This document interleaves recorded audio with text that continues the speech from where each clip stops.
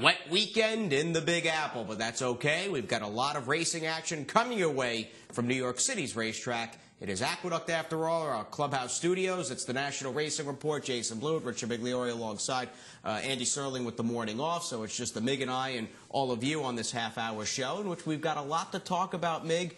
One weekend down in 2015, but three-year-olds are where we start. Yeah, never too early to start the talk about Kentucky Derby and Triple Crown, and we kicked it off in earnest right here in New York. I thought a pretty dominant performance by El Kabir. A baker's dozen from top to bottom, 13 races in all in this show. We'll have some action from the Big A, Gulfstream Park, Santa Anita, and Laurel. So let's do it. We get them in the gate. We'll pick it up from the start. Saturday's 145th Jerome, El Kabir from the outside. A stumble, brief, but going forward from the gate.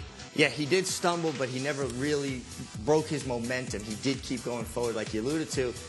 May not have been the best thing because he was strung along very wide the first turn. And I personally, going into the race, Jason, thought he was very vulnerable from that outside post position with other speeds drawn inside of him. He had never shown the ability to pass horses or rate and be effective. Well, he certainly did that yesterday. This was a dominating effort and an impressive effort, and I think hands down for a horse who had kept some good company. He was 2 for 5 in his young career going into Saturday's Jerome, and his losses had come at the hands of both Daredevil and 2 by Blofeld. So he'd been running against good horses. This, to me, was his best effort so far because he did just about everything right with the bad stumble, being hung out to dry 3 to 4 wide around both turns, and he kicked clear, and he wins the race with a pretty gaudy Beyer speed figure of 95 on January 3rd. Well, I think that just reinforced that it was a true performance. Obviously, the trip tells you it was a good performance, but then the fact that he ran a pretty good Beyer figure as well. I know John Terranova's been working, getting him to relax, trying to see if he can harness that speed, use it in a little bit of a more effective manner. He's got a great exercise rider in Simon Harris who had told me he thought he would be able to do this, right. But until they actually show it to you, you never know. And Simon knows his way around a good horse. He was the regular exercise rider of all those solid Baffert horses that shipped here from the mid-90s on. Congaree, El Corridor, Point Given, the list goes on. And you can see this son of Scat Daddy just pulling away at will for owner Ahmed Zayed, who, don't forget, also has American Pharaoh, who may be the 2-year-old champion of 2014. We'll see the Eclipse Award ballots are due actually Sunday afternoon at 2 p.m. And it's also an owner's outfit that has Mr. Z with trainer D. Wayne Lucas. So you need to have some bullets starting the year. Well, especially we've seen them kind of fall by the wayside. Sometimes the Derby's won by attrition. Who's still standing when it comes to the first Saturday in May? Well, it's good to have more than one bullet in the gun, and certainly he has some. And now the fact that El Kabir can rate, I think it's a good compliment if American Pharaoh can come back, because I think he's just naturally fast. Right. Well, he's the pioneer of the Nile. This gray is a son of Scat Daddy. Looking at his pedigree on the surface, doesn't scream a mile and a quarter, but again, he looks like the complete package at this point, a one-time sort of run-off 2-year-old speedster who did just about everything right. With CC Lopez, who was in a pretty high-pressure situation. The bullseye was on his back Saturday. It's a very tough spot, particularly when you pick a horse up like this. It's favored in a big race. Your preparation's different. Suddenly, you're thrown into that position, and I thought he handled it with the obvious experience that he has. It's interesting, though, with his pedigree. We talk about Scat Daddy. I see more Unbridled Song here, and even with the color. And sometimes, you know, generations skip, and they kind of get characteristics from their grandsires. Right. Well, he put in one of the greatest Kentucky Derby losing efforts in my lifetime, Unbridled Song, back in the springtime of 1996, and was a super talented horse. But El Kabir wins the day here on Saturday with that 97 Beyer. The Withers or the Gotham, February 7th and March 7th, respectively, may be where we see El Kabir next. Let's stay here at the Big A. We had stakes New Year's Day, Thursday, Friday, and Saturday. It was pretty cool how the week played out. We get to Thursdays, or Fridays, excuse me, Fred Cappy Capicella for 3-year-olds, just a field of 5, and a big win here out of Majestic Springs, or Majestic Affair. Well, Majestic Affair had shown a different dimension in his previous start at Laurel when he finished second, but he rallied from off the pace after being bothered at the start. Well, this time he broke alertly and was rated by Kendrick Carmouche, and I like how effective he is doing this. He has to look more of a sprinter. He's got a little bit more brilliance, a little bit more turn of foot, but He was pretty good. And a good horse can come from anywhere. He began his career out in the Midwest as a 2-year-old last summer, broke his maiden by open lengths with a Beyer fig of around 80. I think it was a 79 to be precise about it, and was purchased privately off that maiden win at Canterbury, transferred to Chad Brown. They tried him upstate in Saratoga in a couple of stakes, and it seems like they gave him a little time entering his 3-year-old debut, and he did everything right here, stalking the pace 3 wide and easily kicking clear for a winning Beyer speed figure of 97. And the neat thing about Majestic Affair running in the Big Apple potentially all winter long, there's a comprehensive sprint program for the 3-year-olds. Yeah, and I'm sure at some point, Jason, they're going to have to find out if he can stretch out. Anybody who's got a good 3-year-old this time of year, even if they have the look of a sprinter, you have to give it a chance. You just hope, and Chad Brown's the kind of trainer, he won't linger doing something the horse isn't meant to do. Right. And then he'll go back to his strength. He looks like a sprinter. I'm sure they're going to give him an opportunity to stretch out, but boy, this is some really good sprint races as we go through the year. And he is by a second crop stallion in Majestic Perfection, who himself was a very fleet and talented sprinter, maybe a bit on the fragile side, but that summer he got good at Saratoga for, I think, Purdue owned him. Satish Sanan and Steve Asmussen traded him. He was a very good horse, and we'll see what the story is down the road with Majestic Affair. Down the road for Kendrick Carmouche will be the Inner Oval here at the Big A. It sounds like he's moving his tack, and he's riding one horse on Wednesday in Big Guy Ian. Well, speaking to him actually after this race, he said that they're going to take the step. They're going to come to New York, race here Wednesday through Sunday, and then race at Parks Mondays and Tuesdays. And that's a big workload, but he's a guy that loves to ride, and he is very, very good and will fit in very, very well here. He's been a 4-time leading rider at Parks over the last 6 seasons. Chad Brown has been his sort of he's been Chad Brown's go-to guy shipping down to Parks, and I think that speaks volumes to Kendrick Carmouche's ability and his potential, and he's a nice, as you said, fit to the jockey colony, a young colony here at the Big A. As we get back to the New Year's Day feature, it was the Affectionately. We ran 2 stakes New Year's Eve. We had the Affectionately to bring in the 2015 racing season. Belle Gallanty tracking in the yellow sleeves and pink cap. Most eyes were on her as the big favorite, and she had nothing. She really was empty. I don't think this is her trip. She doesn't like to be in the position of being on the hard chase. You could tell midway of the turn here, she was struggling, and it wasn't her day. I guess that's the best way to put it. Big stretch run from America. Bobby Flay Silks, they're easy to spot. Yellow cap, sort of the orange and yellow sleeve. She'll come and attack Penwith in deep stretch, who had the race nearly won, but showed up with a good effort in defeat, losing by a whisker. She ran terrific. I think she really resented the whip. I mean, you could see her flagging her tail, and she kind of shortened up stride very late. Let's give credit to America, though. A filly that I don't think has run the turns well, and she struggled. Well, she kind of kept herself a little more in the game going forward around the turns, and then put in a pretty good, strong late kick. I wonder if Penwith had seen her, if she didn't get there so late, if maybe she would have joined in with her, because sometimes when fillies get by themselves and they get to resenting the whip, they wait on horses. She was determined, though, and resolute, and losing by just a head bob, and regardless of how you slice it, and clearly the margin was a nose, the future's pretty bright. Both of these fillies are 4-year-olds. They both have big pedigrees. The winner, America, who was bred by her owner, celebrity chef Bobby Flay, is by AP Indy. You've got the runner-up, who's by Bernardini for Godolphin. Yeah, pedigrees that say they will get better with age. And, you know, I think it's kind of nice to see Bobby Flay. He's invested so much in the game to become a winning, graded stakes winning breeder. I mean, and making that kind of foray into that and having success. And we need high-profile people like that in our game, because that's going to make it cool again. Quick pop, Majestic Affair wins the Cappy. We had America here on New Year's Day in the Affectionately. You've got Leanna Williford, Bill Mott's longtime New York assistant, Cherie Duveau, who runs the shed row for Chad Brown at this time of the year. Very, very talented horse people. Very talented horse people, very dedicated horse people, and that's what a good trainer needs behind him, a good team, and certainly they anchor a good team. All right, Clubhouse Studios, we're settled in at the Big A. We hope you're still with us. We'll send it to break. We hit the road. A big Saturday, plenty of stakes from Gulfstream Park when we come back.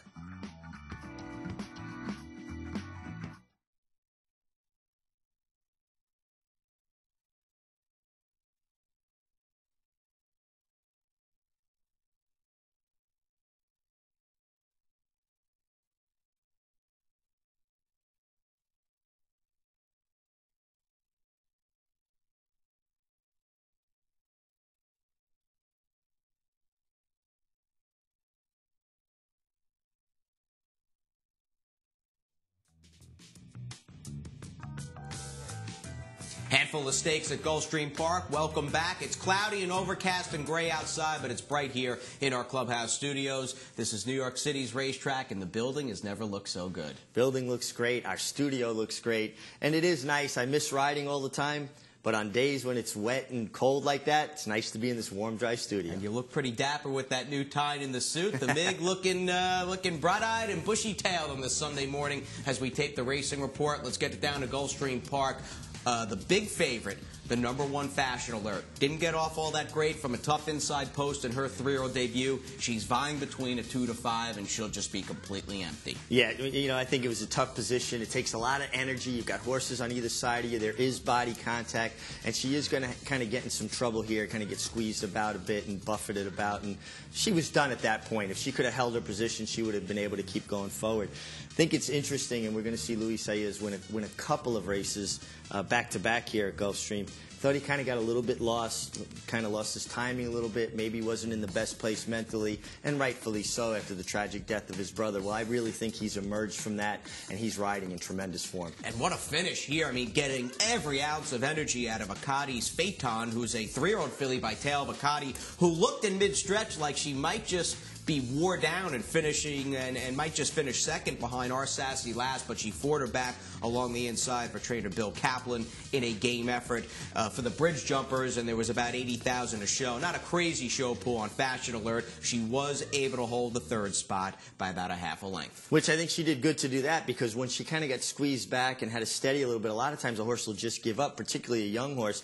But this filly that won it, she was so game on the inside, and Akadi's Phantom, and just refused to lose. And interesting, Luis Saez, a young rider, very talented. The kid that was second on Our Sassy Last, Rafael Hernandez, was the king of Fairmount Park and was picked up by Wesley Ward and brought to basically the big time. He's making a good impression, too. Indeed, he is riding well down at Gulfstream Park. As we get back to Luis Saez and our 2nd consecutive stakes at Gulfstream on the Racing Report, it is Saturday's spectacular bid. The 3-year-old sprinting, ready for rye, even money. Looked like and he still is a promising sprinter. Looked very good in a couple of starts on this circuit as a 2-year-old for Tom Albatrani, but he'll be picked off by Barbados, who I think just outran the favorite. Yeah, I don't think Ready for Rye had any excuse whatsoever. Barbados was very good and finished extremely strong. And I love the Speightstowns. And the funny thing about horses by Speightstown, he doesn't cookie cut his foals. They're all different colors, all different sizes, all different shapes, and they do all different things. And this horse is a heck of a one-run sprinter. 95 buyer for this winner, Barbados, with Luis Saez up for trainer Michael Tomlinson. And the interesting with this son of Speightstown, who's out of a Street Cry Dam, so I think you get the best of both worlds. Looking at his pedigree, you get that durability with Speightstown and perhaps the speed and precociousness on the sire side, and then you've got the Machiavellian and Street Cry influence on the dam side. But Barbados ran 3 or 4 times last season as a 2-year-old, and then was purchased privately at Keeneland November for $340,000. Well, he's looking like a good bargain now, $340,000. What I liked about this effort was the way he ran through the wire, the energy level that he had. A lot of times horses will win, even if they're winning, drawing off, and you'll see their stride deteriorate. That wasn't the case with Barbados. He finished with energy. 3 lengths, the best over the runner-up, Ready for Rye, in a field that was quite gapped out to get a 95 figure for the winner. Let's get on to our next stake. We hit the turf on the show, the Dania Beach, and one of the closest finishers we'll have on this edition of the Racing Report with Night Prowler and Javier Castellano up at a nick of time over John Velasquez and Bill Mott's a lot. Well, there you have 2 of the best riders in the entire country. Javier Castellano, who will win an Eclipse Award again this year for best rider in the country, and Johnny Velasquez, a Hall of Famer. Javier seems like he's always in the right place. Right. It's uncanny, and that doesn't happen by accident. It's not like, oh, by accident he wound up in the right place. He just seems to put his horses in a position to win. Preparation, confidence, and the fact that he's usually riding a horse that's super live in any individual race. Yeah, but there's a lot of ways you can mess it up, and he doesn't do that. He consistently delivers, and I thought his confidence level, what you alluded to there, was so on display here, because he really didn't set this horse down till inside the 8th pole. control. Like he just knew he was going to get there, and he just didn't want to get there too soon. Which is amazing, because watching the race live, and this was a race I watched in the studio with Andy, who of course bet the runner-up a lot at 6-1. I thought a lot was home. I mean, he spurted clear off the turn. John Velasquez, who still, even though he's a longtime journeyman and coming up on the 25th anniversary of his first win in the United States this coming March, he's still one of the strongest finishers in the game. They took the lead, but Javier, a picture of confidence for Chad Brown, who of course, as we are only a handful of races into this racing report, already has 2 stakes wins in 2015. Well, just picking up where he left off from last year, but it's always nice to get off to a real strong start in the new year. See, because in this game, once today's over, you got to turn the page and do it again tomorrow. You're always looking ahead, and I mean, even going back in time for a sec, Chad Brown, when working for the late great Hall of Fame trainer Bobby Frankel, worked closely with the Breeders' Cup Distaff winner Ginger Brew, and we've got her stake race coming up right now from Gulfstream Park, of course, a filly that was owned and bred by the Stronach folks, and we'll head to the turf in this race, which is run at 7.5 furlongs. Divine Ada, the winner, at 7-2. Yeah, and she was right up on the pace. I mean, a very moderate pace it was, and was strong through the finish. I'm not that familiar with this rider, Jesus Rios. I'm not either. I will say, though, for a race name for a Stronach homebred, well, they're the Mr. Stronach's the winning owner and breeder of this filly by Unbridled Song out of a Came Home Dam. Yeah, and she was just the best horse on the day. Put herself in the perfect position, went on about her business, and I'm not familiar with the trainer either, Ramon Morales. So always like seeing new people winning stakes down at Gulfstream Park as well. A big time signal throughout the winter months, and that was my feeling even looking at El Kabir for a second in the Jerome. It's just nice to see some different players winning meaningful races. Well, I think it illustrates that there are a lot of capable horsemen, good horsemen. They just need the opportunity, and the same thing with riders. They just need the vehicle. I've never seen a rider get off and carry the horse. That is true. Divine Ada would be fun to watch, though. Jesus Rios and trainer Ramon Morales in the Ginger Brew. Let's keep it going. We get on to the Mucho Macho Man Stakes. This was the last of the handful of Gulfstream Stakes from Saturday's card. 3-year-olds, in fact. And look, we've got an upset in this race. Second choice, 2-1, Bluegrass Singer, and we get back to Javier Castellano on the lead throughout, and he'll get the money by a length and 3/4. This horse showed great speed. Now, I don't know if the second fraction's correct, and maybe you can tell me. It didn't appear like they were going that fast, and certainly if you look at the horse on the lead's demeanor, Bluegrass Singer, so easy. His ears are flipping back and forth. He looks like he's got another gear. Can it be possible that he went 21 and change around the turn that easily? No, and this is not my area of expertise. Andy would be the best person to talk about here, but I highly doubt that second quarter went in essentially 21 and 3/5 or 21 and 4. But you see an easy win out of Bluegrass Singer, who's still on that inside lead before drawing away and winning by just under 2 lengths for trainer Marcus Vitale. And this one, a gray gelding by Bluegrass Cat, more Unbridled Song. Man, oh man, does he have an impact still. He will be like one of those generational sires, top and bottom, for decades to come. Well, that's interesting. Another gray horse. Who's his grandsire? Unbridled Song. And time aside, you had to like what you saw visually. I mean, the way he was traveling around the turn, you could see a horse that was enjoying himself. And the fact that he went on about his business in the stretch, I think this was a pretty good performance. And we've seen this before. Marcus Vitale's horses seem to find air. They continue on. Lochte bought that horse privately at a horses for auction sale, turned him into a multiple graded stakes winner, and Valid's the other horse I was trying to think of. Another horse with a lot of speed and goes on. Yeah, no, very good trainer who I think his stock has increased just with the job that, in a nutshell, with Lochte and Valid, people took notice, and he's got this one for Cross Sabres Farm. Bluegrass Singer, I would imagine the Fountain of Youth might be where we see this horse next down the road at Gulfstream Park. Little action from Laurel, wet weather up and down the eastern seaboard this past Saturday, and of course Laurel Park no exception. Gray, foggy, and wet as we get to our first stakes, the What a Summer, and Lady Sibelia at 1-5 beats a pretty good field, that including Winning Image, who beats just one horse. This is a really, really good mare. She won last time from post 1. You can see she's got that big extension blinker on the outside. She has a tendency to want to bear out or drift out, and that's a very tricky thing for the rider in the starting gate, because you have to be able to make sure the inside inside eye sees the break coming, because the outside eye is essentially covered. Right. And a horse will only react when he sees the doors open. They don't react to the bell. They don't react to the sound. They react to seeing the doors actually burst open. So sometimes a rider can get in trouble and people blame them, but it's that extension cup. But this filly's very good. But what's the game plan with a horse that's got a full cup blinker that has an inside post? Do you have to have them looking exactly straight ahead? Actually, you want to tilt their head a little bit to the right so their inside eye, or the eye that's not covered, sees the break coming. And you can see that's a pretty severe extension blinker.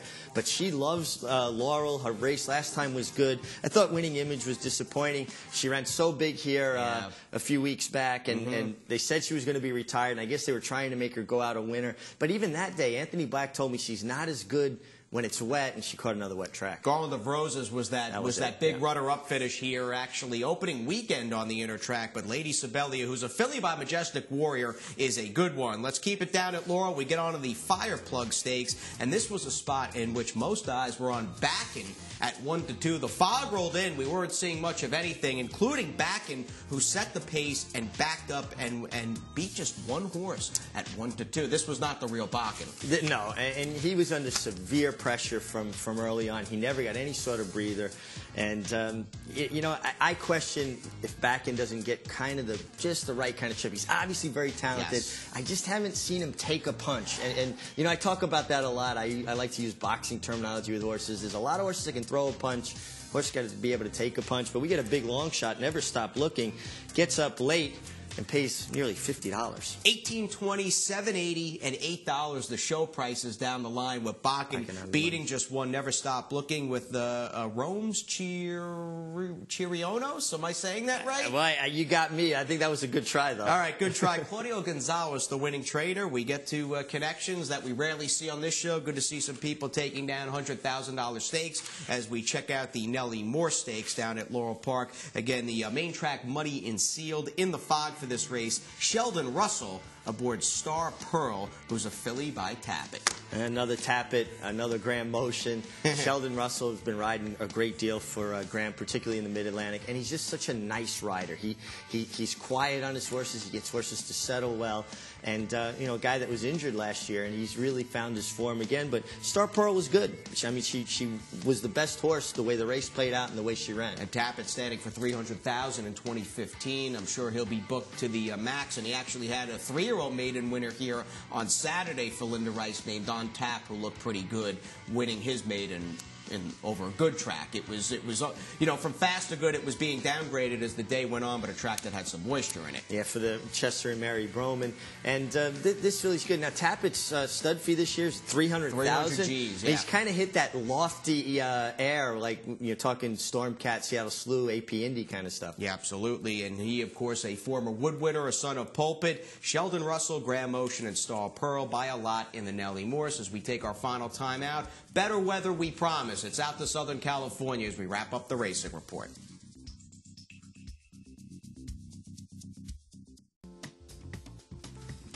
The track maintenance crew doing its job as we welcome everybody back to the National Racing Report. Better weather. It's a 1-20 shot as we head out to Santa Anita for Saturday's San Gabriel Stakes. We'll pick this one up from the starting gate, and it's on the turf, and this will be an upset win at 8-1 from Finnegan's Wake. And Finnegan's Wake, who has shown ability in the past, kind of a surprise here, was squeezed at the break, and it worked out really well for him. Sometimes it's a blessing in disguise. I thought Tom's Tribute, the favorite, had every chance, Jason. I just don't think he wants a mile and an eighth. I think he caps out at about a mile. And he's been one of the better milers, I should say, out in Southern California over the last couple of seasons. Obviously, he's the one that really comes to mind, but Tom's Tribute has done some nice things. He was the slight 8-5 favorite in this race, and it was a race in which the speed horses actually had trouble going on. It was a race in which the pace, as you'll see as we roll the tape, will kind of come apart with Edge of Reality, who is the pace setter now. He'll run last. Big Bane Theory will be second to last, and even Dynamic Sky, or I should say Sky Ring, he winds up checking in fifth. Yeah, and you can see the favorite is out in the clear now at Mike Smith, traveling quietly. He's a horse that has a tendency to get rank at times, and Mike said when I can get him to switch off, he can finish. But we've seen him effective even up to a mile and a 16th. And I know people say that's only 110 yards more. It makes a big difference if a horse can really finish it. It looks to me like this turf had some give in it, and I don't know what the weather was leading into it, but you can see the footprints the horses were making. And the fact that Finnegan's Wake was able to finish so strong off a moderate pace would lead me to believe there was some give in the ground. Now, he's bounced all over the place, Finnegan's Wake, and he's kept some very good company throughout his career, even when he was in the Midwest and on the East Coast with trainer Dale Romans. He was often in Grade 1 and Grade 2 stakes. Well, he's now with Donegal Racing, who's had him throughout his career. He's a son of Powers Court out of a Silver Ghost Dam, but he's with trainer Peter Miller out in the West Coast. Was he training when you were out there, Peter Miller? Yes, Peter Miller was training there. He wasn't as big as he's become. He's really grown. His stable's grown. He's added different clientele. And I thought this race was interesting on a number of other fronts as well. You had Drayden Van Dyke finishing second on a horse of Mark Cassie's. Right. He's going to win the Eclipse Award, I believe, as Apprentice Jockey of the Year. What do you think of him? I think he's a terrific rider. I like the way he was brought along, old school. When he rode his first race, he had to go back to the barn and cool the horse out. And that's what they used to make you do years ago when you're under contract. Tom Proctor brought him along that way. And Powerped with Tyler Bass, who wound up third, was lugging in, gave Tyler a hard time, and possibly would have been closer if he was easier to ride. Victor Espinoza, the winning rider. A busy Saturday for him, by the way. He started Saturday morning out on the West Coast at Los Alamitos aboard California Chrome. Breezed 3 quarters and 13 and 2 or so down at Los Al. We'll see him next, hopefully, February 7th in the San Antonio. But let's wrap up the show. We've got the Santa Ynez Stakes. Sedur, the winner. Rafael Bejarano, Top Connections, and Jerry Hollendorfer. Jerry Hollendorfer, you think about all the cheaper races he won throughout his career up in Northern California and other places. Well, the quality of his stable through and through is just, he's star-studded, actually. And this is a really good filly who had to be used pretty hard from the rail under Rafael Bejarano. And interesting, we were talking about Unbridled Song being the grandsire and so many of his horses being gray. Well, here you have an elusive quality filly out of a Holy Bull mare, and she's great. And most of his offspring, and even, when he is a grandsire, or even maybe 2 generations down the line, you may get some gray in the pedigree, and what a wonderful racehorse. Just the bravest, gamest Travers winner, I think, in my lifetime, winning that race back in 1994. And Sedur, a very game effort here, winning by 2 and change. Is it a taxing trip for a horse going 6.5 furlongs when they're breaking from the inside post? Particularly in California, because there's really usually no easy leads, and you're under the gun. She didn't break great. She broke okay, better than Tyrese did a week ago or so ago. Yeah. But she never really got a breather, and the fractions bear that out. But she finished the deal, and you got to give a lot of credit to the filly, Hollendorfer, and Bejarano seems to lead every meet out there. Yeah, he is he's the man out there. Good move. I mean, he was in a position back in his Midwest East Coast days. He could have been a major player no matter which way he chose, and he went out to Southern California, where, truth be told, I do think, and even if you're out there, we get there's an East Coast, West Coast bias and all that stuff, and I'm obviously a New Yorker, New York guy, but the jockey colony, I think, in the East Coast is a bit deeper. You just have more numbers and more guys. I would agree with that. I would definitely agree with that. I think more went into the decision with Bejarano and Joe Talamo is they spent a little time at Aqueduct when it was cold, wet, not too nice, and then they went out to California and they got that great weather. I think the weather had a bigger influence on that. Well, we hope to see Jerry Hollendorfer maybe in the starting gate in the San Antonio on February 7th. I think that's where Shared Belief is pointing to as well, Could be some matchup. Could have California Chrome Bayern and Shared Belief. That'd be pretty cool. Wouldn't that be nice? And we'll get that 3-year-old champion in just a few weeks. Again, Eclipse Award ballots